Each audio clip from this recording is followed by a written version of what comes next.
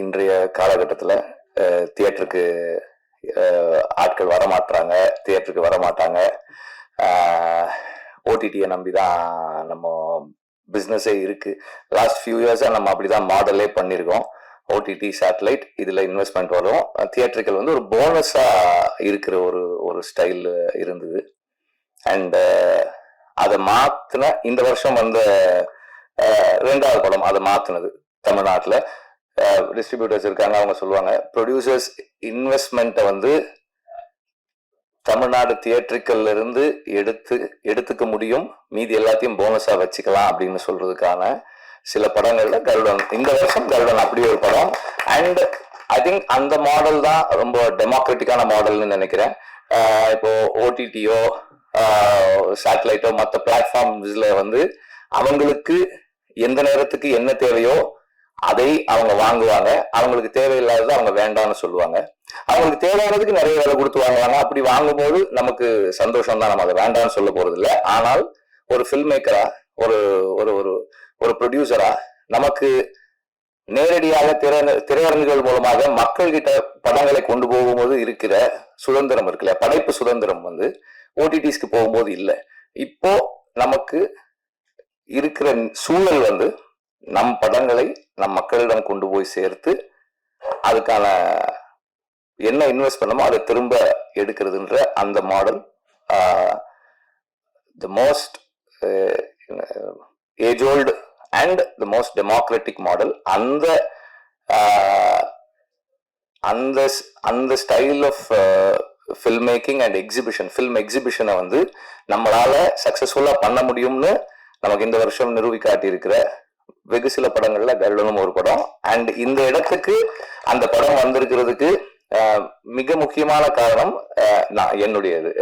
நான் நினைக்கிறது என்னன்னா, செந்திலுடைய கமிட்மெண்ட், டெடிகேஷன், அந்த ஒர்க், அந்த படத்தை கொண்டு வந்து எப்படி சேர்க்கணும், இந்த கதையை எப்படி ஒர்க் பண்ணணும், தொடர்ந்து செந்தில்னு சொல்லும்போது அந்த டீம், அவங்க assistant directors and the whole team first, அதுக்கப்புறம் வந்து ப்ரொடியூசர் வந்து ஓகே இதை வந்து நம்ம பண்ணலாம், இதுக்கு இதெல்லாம் கேட்டா பண்ணலாம். எனக்கு ஆரம்பத்தில் அவர் எப்படி ஒர்க் பண்ணாருன்னு தெரியும். சார் ஏன் சார் கம்மியா இருக்கு, நிறைய வச்சுக்கலாம் சார், இன்னும் கொஞ்சம் பெருசா எடுக்கலாம் சார்னு அவர் ப்ரொடியூசர் சொல்றது வந்து நான் கேட்டிருக்கிறேன் அந்த டைம்ல இனிஷியலா. ஸோ அந்த மாதிரி டைரக்டருக்கு சப்போர்ட் பண்றது. அதுக்கப்புறம் இதுக்குள்ள வந்த எல்லா ஆர்டிஸ்டும், அப்புறம் கேமராமேன், ஆரம்பத்துல இருந்தே வந்து செந்தில் நிறைய சொல்லிட்டு இருந்தான் ஒர்க் பண்ணும்போது. அவர் எவ்வளவு ஃபாஸ்டா இருக்காரு, எவ்வளவு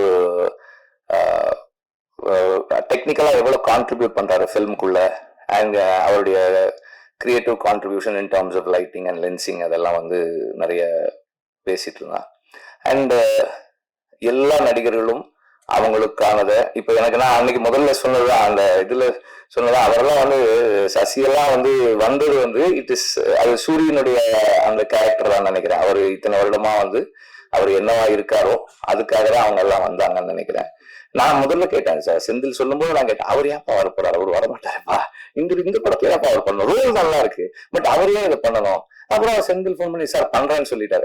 செந்தில் சொன்னாரா சூரி சொன்னாரா தெரியல, 2 பேர் யாரோ ஒருத்தர் சொன்னாங்க. எனக்கு ஆச்சரியமா இருந்தது, அப்படியா படத்துக்கு பெரிய பிளஸ்ஸா இருக்கும் அப்படின்னு தான் சொன்னதால படம் பார்த்துட்டு நான் என்ன ஃபீல் பண்ணேன்னா, அவருக்கு இது ஒரு எக்ஸ்ட்ராடனரியான ஒரு கேரக்டரா இருக்கு அப்படின்னு எனக்கு இருந்தது. அவர் சொன்ன மாதிரி அவரு ஒரு விஷயத்துக்காக வந்தாரு, அது கூட அவருக்கு இன்னொரு போனஸும் இருந்தது.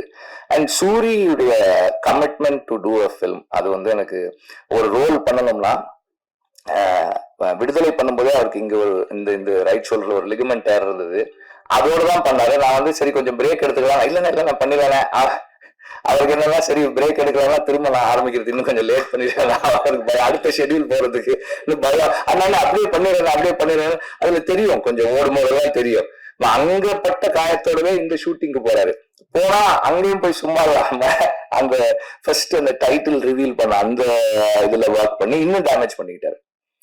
ஆனாலும் அதை வந்து என்கிட்ட ஒரு டைரக்டர் இது கேக்குறாங்க, எனக்கு இப்படி ஒரு ஆப்பர்ச்சுனிட்டி கிடைச்சிருக்கு, இதுல என்னோட 100% நான் கொடுக்காமல் இருந்துடக்கூடாதுன்னு சூரி நினைக்கிறது இருக்கு இல்லையா, அது வந்து ஒரு டைரக்டருக்கு வந்து ஒரு பெரிய டிலைட்டா இருக்கு ஒர்க் பண்றதுக்கு. எனக்கு அப்படி இருந்தது, செந்திலுக்கும் கண்டிப்பா அப்படி இருந்திருக்கும்னு நான் நினைக்கிறேன். நம்ம சூரி இங்க இருந்து கொஞ்சம் கீழே ஒரு 10 அடியில இருந்து குதிச்சா கொஞ்சம் நல்லா இருக்கும் இந்த ஷாட். சரிண்ணே மேல இருட்டேன் அண்ணா, அதுக்கு மேல உனக்கு 15 அடி அங்க இருந்து குதிக்கிட்டு போனா இன்னும் நல்லா இருக்கும்ண்ணே.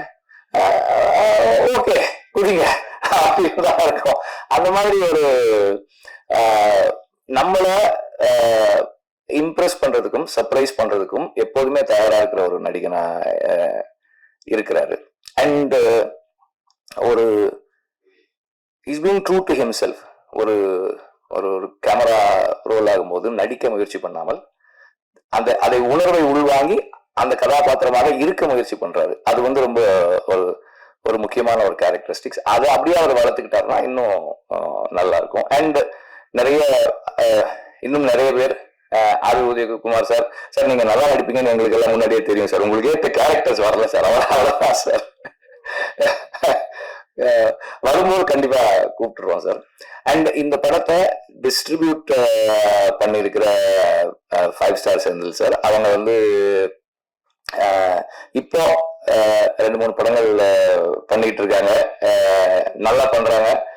அண்ட் இந்த படத்தை சரியா கொண்டு போய் சேர்த்த இதுக்கு வந்து நானும் நன்றி தெரிவிச்சுக்கிறேன்.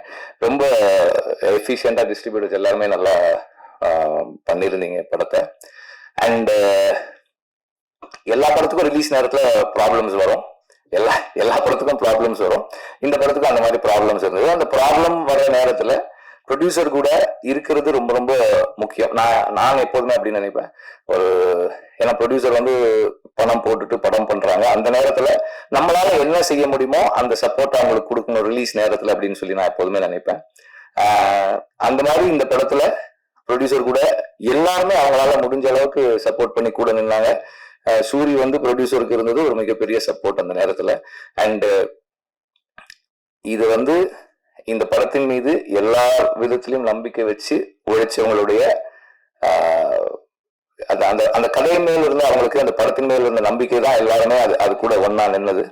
அண்ட் அந்த நம்பிக்கையை சரியா ஃபுல்ஃபில் பண்ண அந்த டீமுக்கும் என்னுடைய பாராட்டுகள். பாதகம் செய்பவரை கண்டால் நாம் பயங்கொள்ளலாகாது பாப்பா, மோதி மிதித்து விடு பாப்பா, அவர் முகத்தில் உமிழ்ந்து விடு பாப்பா. அண்மை செய்திகளை உடனுக்குடன் தெரிந்து கொள்ள இணைந்திருங்கள் இயம்நாடு தொலைக்காட்சியுடன்.